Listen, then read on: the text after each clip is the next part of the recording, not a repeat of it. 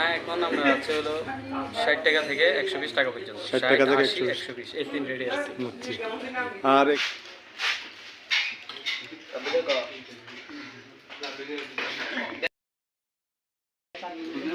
আপনারা কি এখানে কি আজকে নতুন এসেছেন না